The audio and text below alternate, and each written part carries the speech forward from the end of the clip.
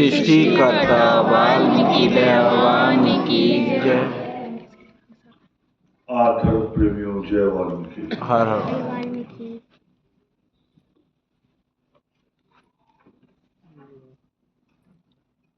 Subject हम लोगों ने कुछ और चुना था और जिसको लेके आदर्श जो उसकी 3 सूत्री कार्यक्रम है, हमेशा उसे करता रहा। बंद कराओ ना मोबाइल।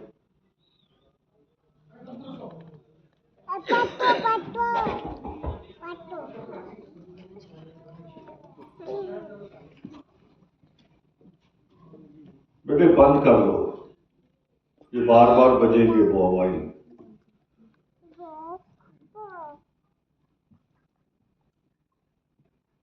धर्म प्रेमियों जय वाल्मीकि। हर हर। आज के योगेश्वर पर्व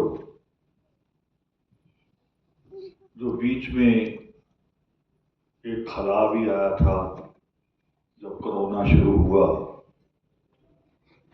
तो हमें इसे रोकना पड़ा। फिर कुछ और भी, क्योंकि जब कड़ी एक बार टूटती है तो उसे दोबारा सेट करना बड़ा मुश्किल होता है। और आज के योगेश्वर पर्व के लिए हमने एक बहुत अहम सब्जेक्ट को सोचा था, जो आदर्श के 3 सूत्र हैं।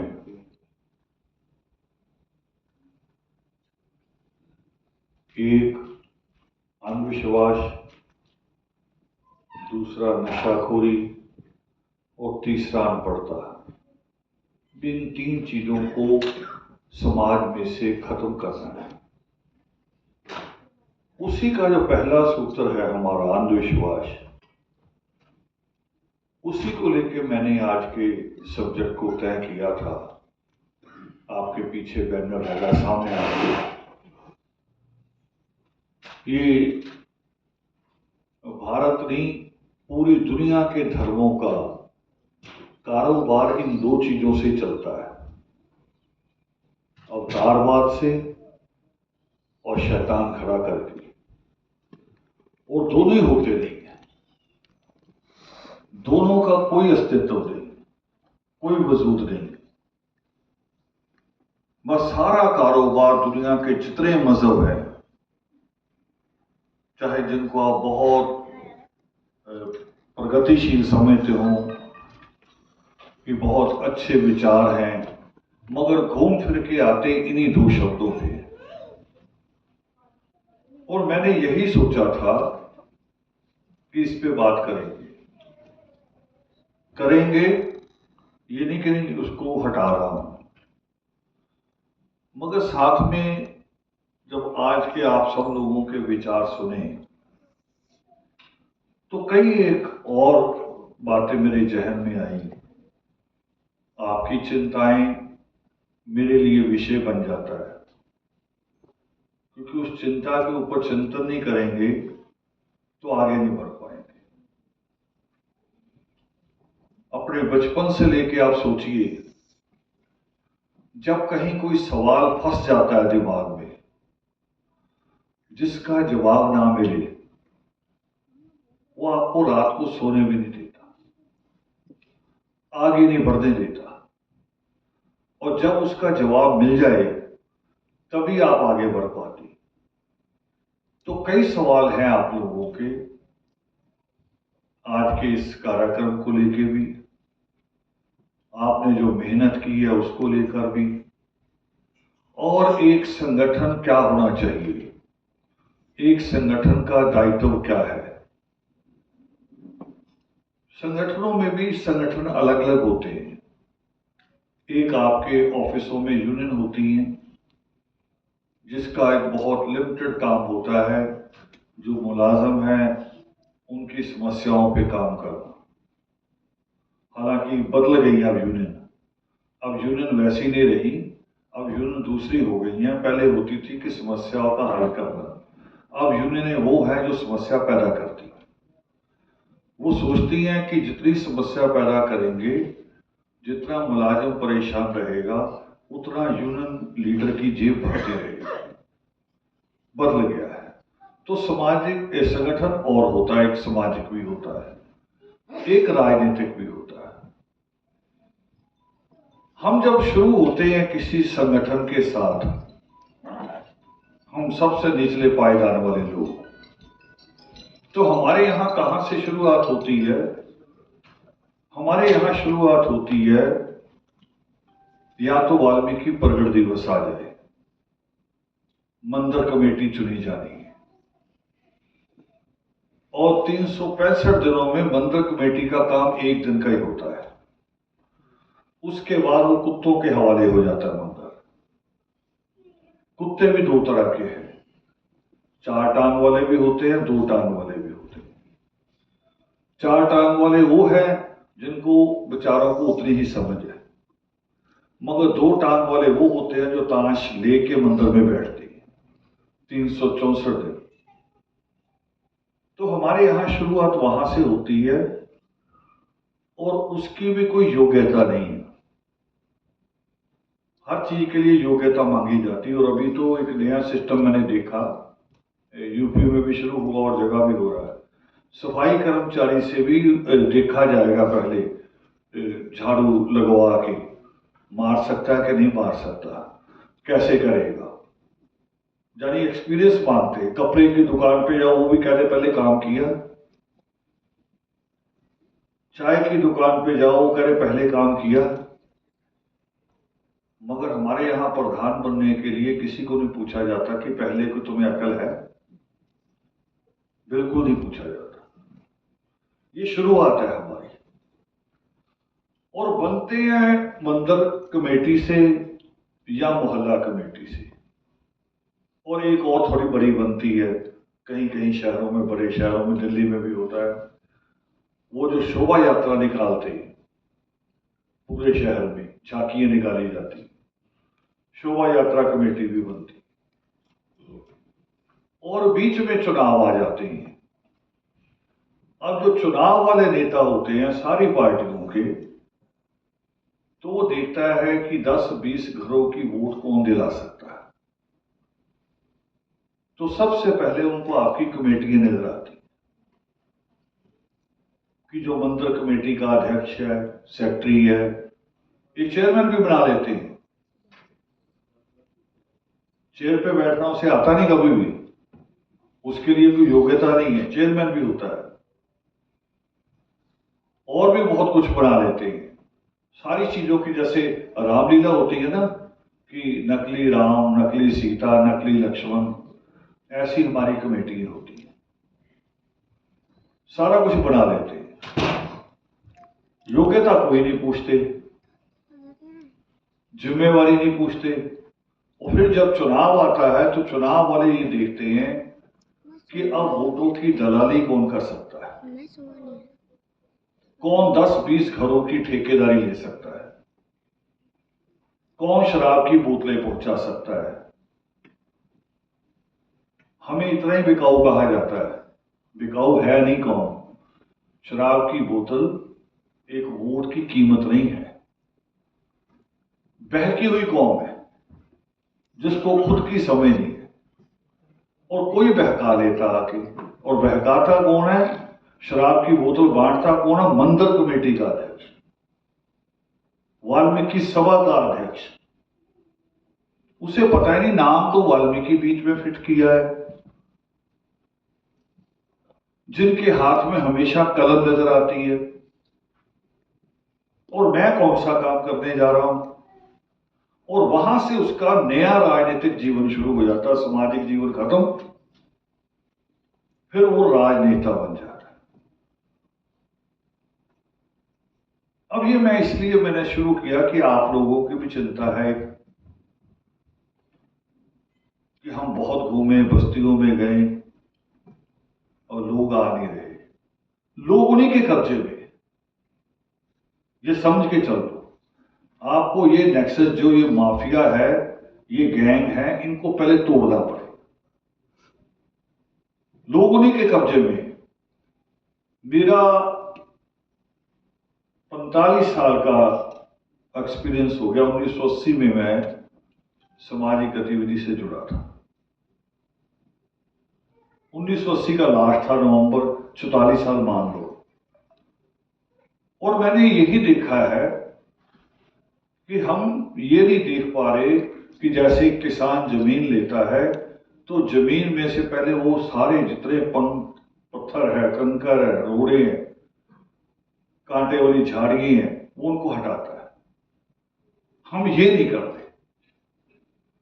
हम बड़े सॉफ्ट लोग हैं।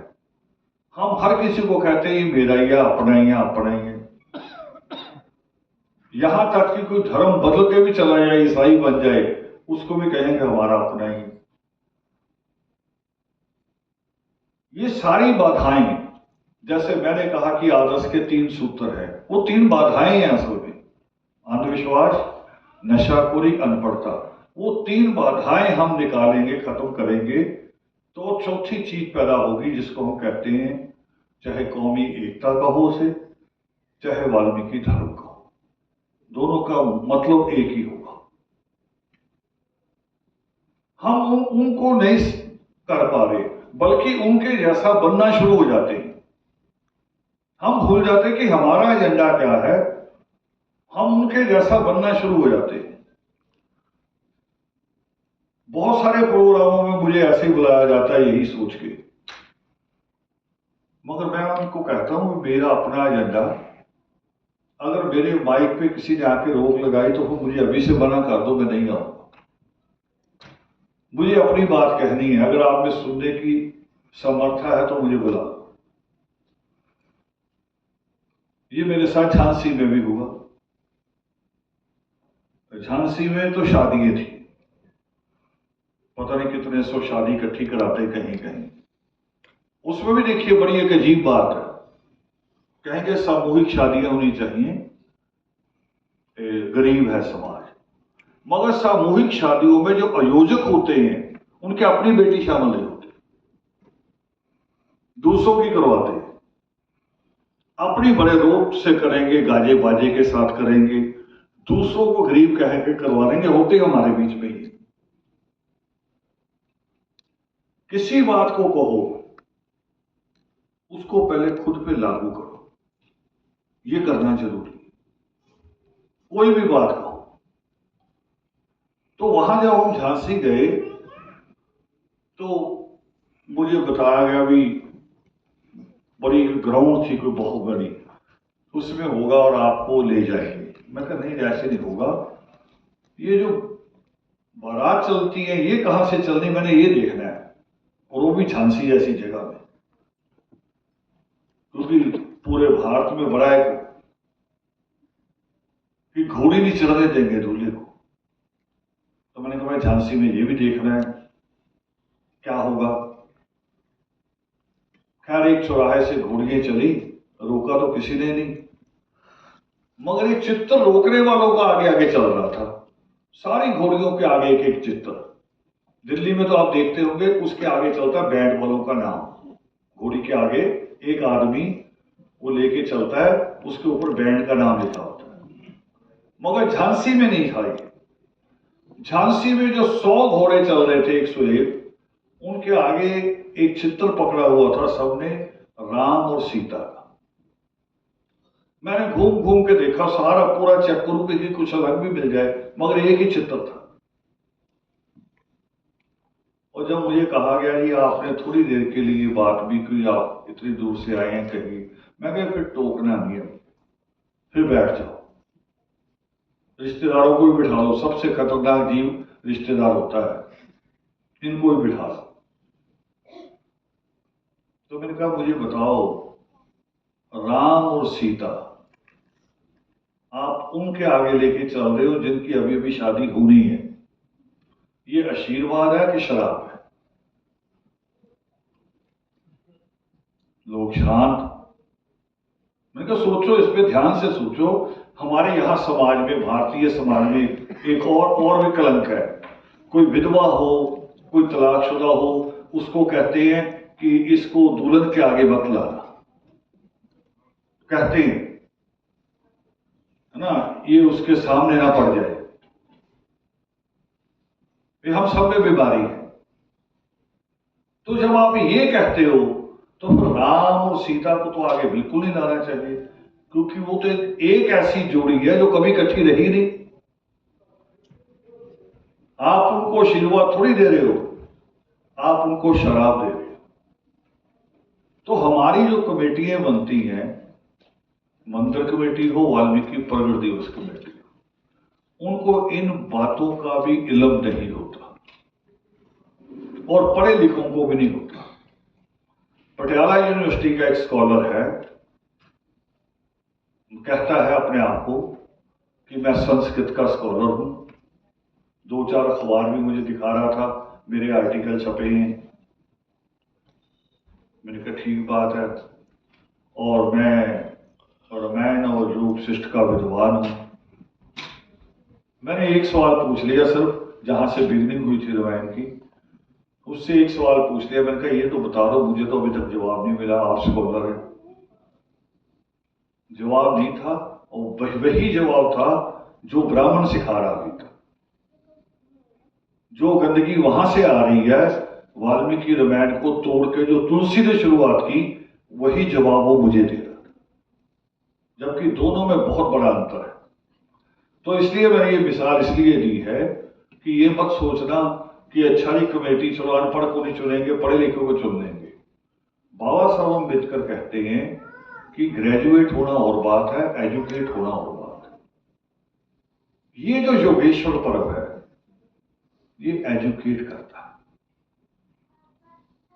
यही नहीं, किसी बस्ती में भी जाके हम बैठे और किसी के घर चाय पे भी चले जाएं, अगर दो बच्चे भी उनके आके बैठ गए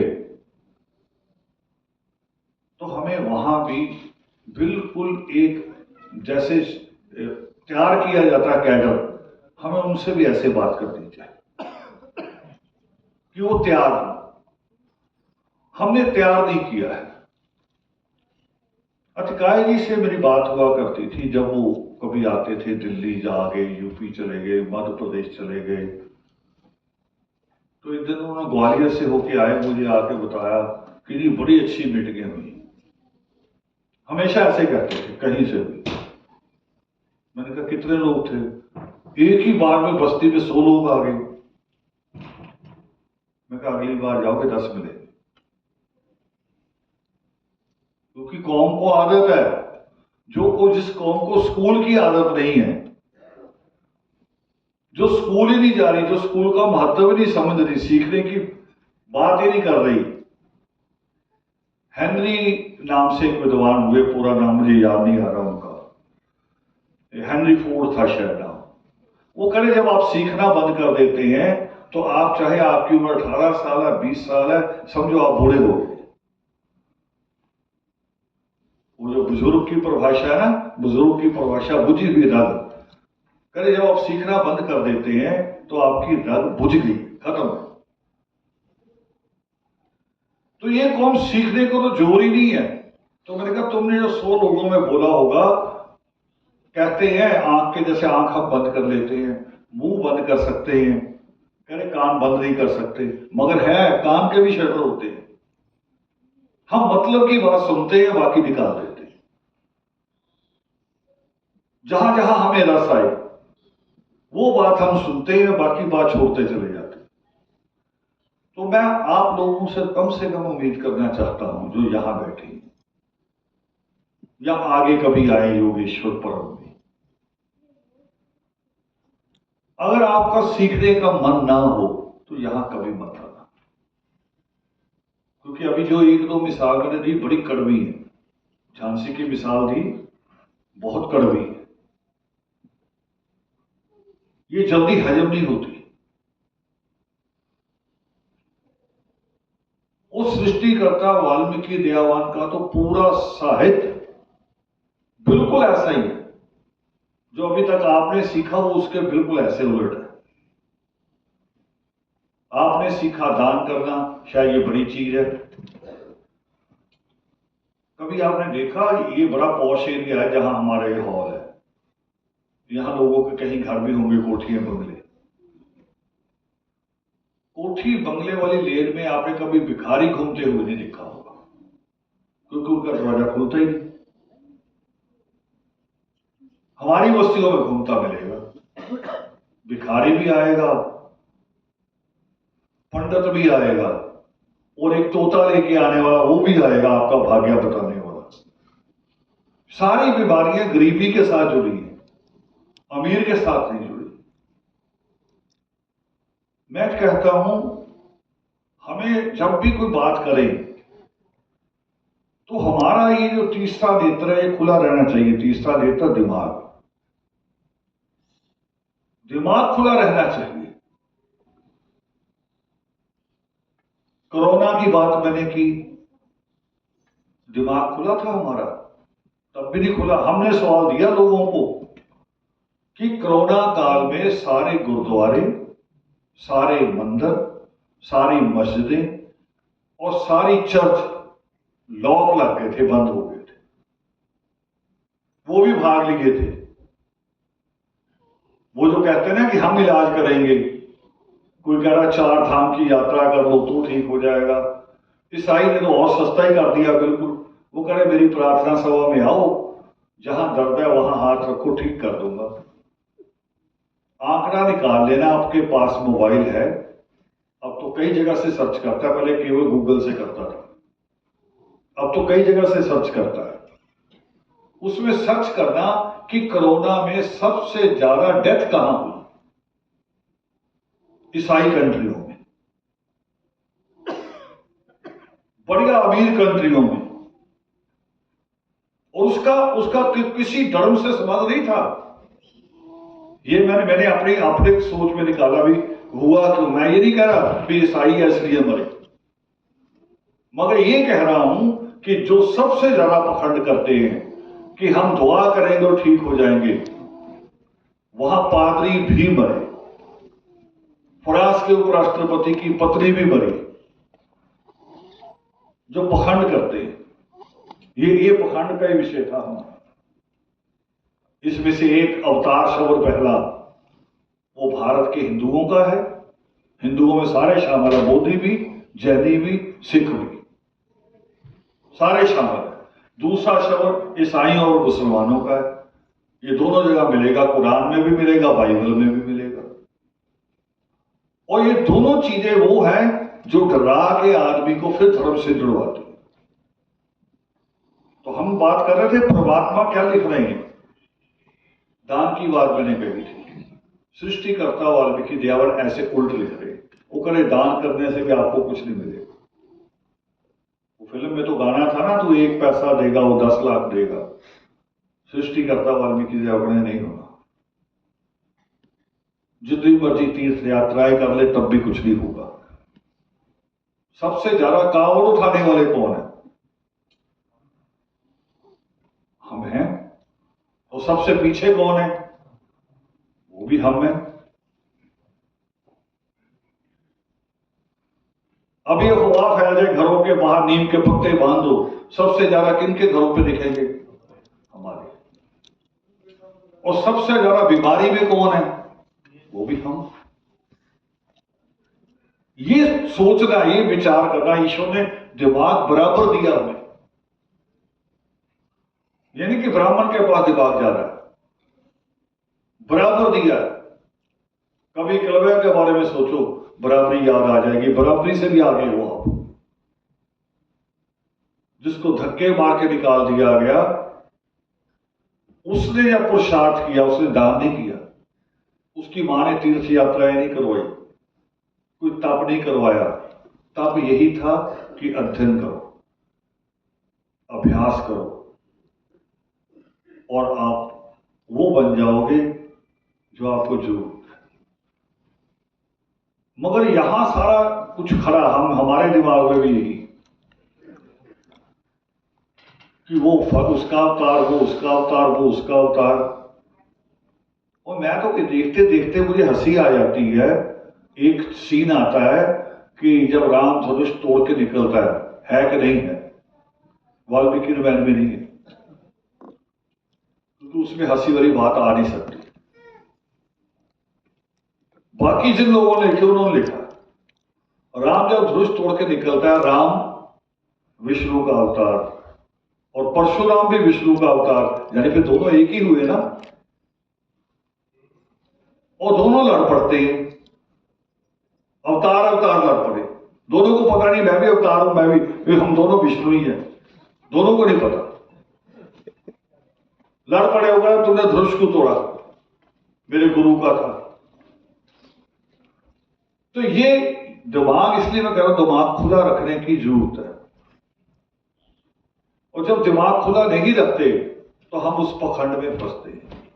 तो इसलिए मैंने कहा ये वाल्मीकि रामायण में नहीं है। वाल्मीकि रामायण में सीता स्वयंवर ही नहीं है, शादी है, स्वयंवर नहीं है। अब ये सारी चीजें उल्ट लगती हैं और यही असल में आपको सच तक ले जाएंगी। हम अपना जीवन जिन मुश्किलों में जीते हैं वो खुद ही जीते हैं, खुद ही हल करते हैं।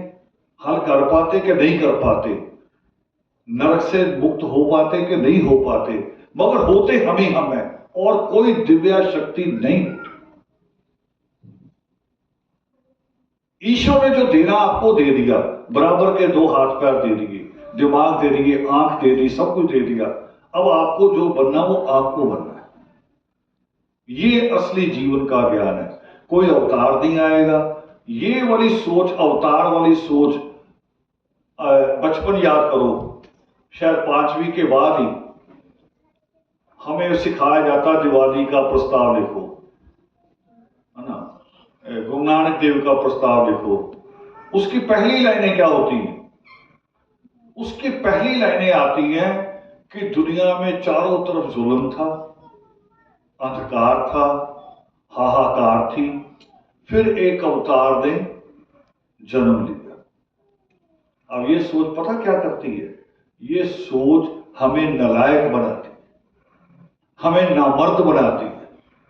इसका अर्थ ये हुआ कि मेरे सामने कोई किसी को चाकू मार रहा है तो मार दे दो, कोई किसी की जेब काट रहा तो काट दे दो, ये रोकना मेरा काम नहीं। अवतार आएगा,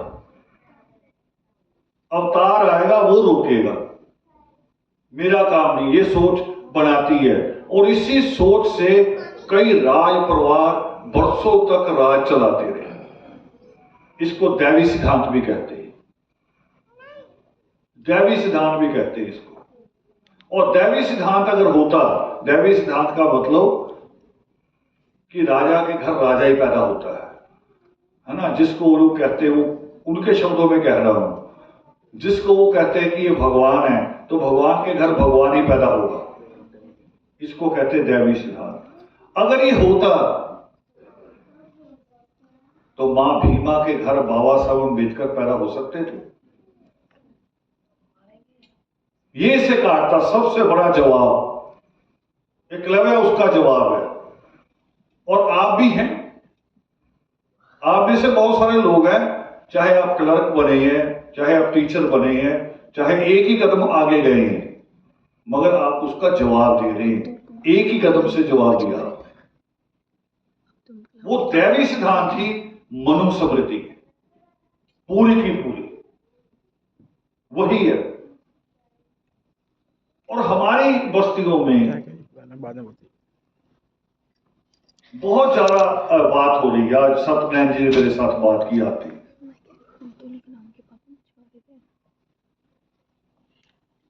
वो जो कहते हैं कि इकट्ठे बैठ के खिचड़ी खाएंगे,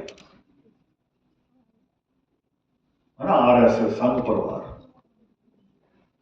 खिचड़ी खाएंगे, हमारा स्टैंडर्ड भी खिचड़ी पे रखा हुआ उन्होंने। और आके क्या मिसाल देते हैं? रामनाथ कोविंद की, जो पहले राष्ट्रपति थे। दूसरी मिसाल देंगे जो अभी राष्ट्रपति हैं। तीसरी मिसाल देंगे अब्दुल कलाम की। ये उनके बाद 3 मिसाल बहुत बड़ी हो गई कि देखो हम किसी से भेदभाव नहीं करते। हमने तो राष्ट्रपति बनाया, अब्दुल कलाम को भी बनाया, रामनाथ कोविंद को भी बनाया, और अभी जो हमारी राष्ट्रपति हैं राष्ट्रपति है ना, उनको भी बनाया। भी आप ये भी कर रहे हो और दिल्ली यूनिवर्सिटी को इंस्ट्रक्शन भी दे रही है, हमारा मानव संसाधन मंत्रालय दिल्ली यूनिवर्सिटी को इंस्ट्रक्शन दे रहा है कि आप अपने सिलेबस में मनुस्मृति शामिल करो। देखो दोनों बातें इकट्ठी चल रही है। रामनाथ कोविंद का राष्ट्रपति बनना व्यक्तिगत मामला है, वो सामाजिक मामला नहीं है। या तो बता दो कि उससे पूरी पूरी कौम ऊपर उठ गई हो, कोई फर्क पड़ा हो, कोई फर्क नहीं पड़ेगा। अब्दुल कलाम आजाद जब राष्ट्रपति थे तभी गुजरात का दंगा हुआ था, बताओ पूरी कौम को फर्क पड़ा?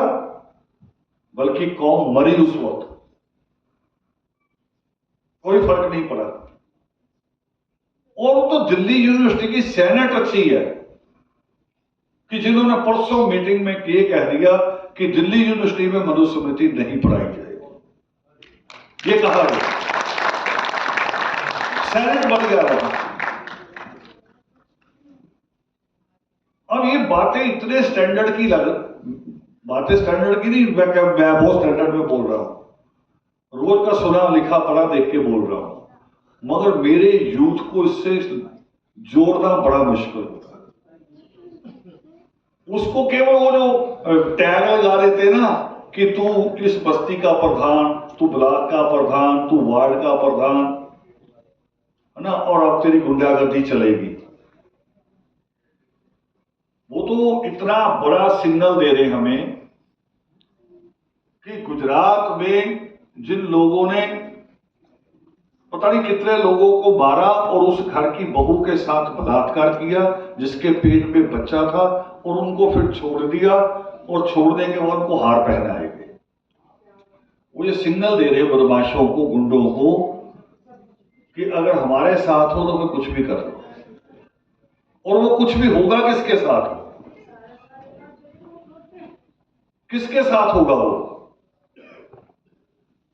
वो हमारे साथ होगा, दलित के साथ होगा, आदिवासी के साथ होगा, और माइनॉरिटी के साथ होगा। ये हमें समझना पड़ेगा। इसलिए इन चीजों को खास तौर पे अपने दिमाग को खुला रखने की जरूरत है, खुला रखने की।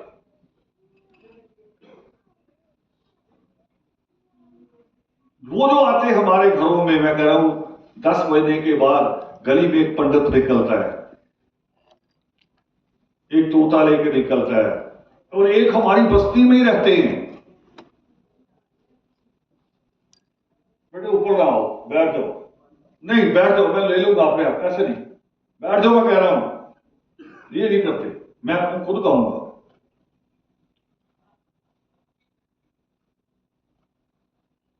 वो क्या कहते हैं आके कि आपकी हाथ की रेखाओं से आपकी किस्मत कहां रुकी है, और 51 से लेके 5,000 रुपए से वो बदल देंगे, और हम उस झंझट में भी आते हैं, अपनी रेखाओं को देखना शुरू कर देते हैं। इन रेखाओं का कोई मतलब नहीं।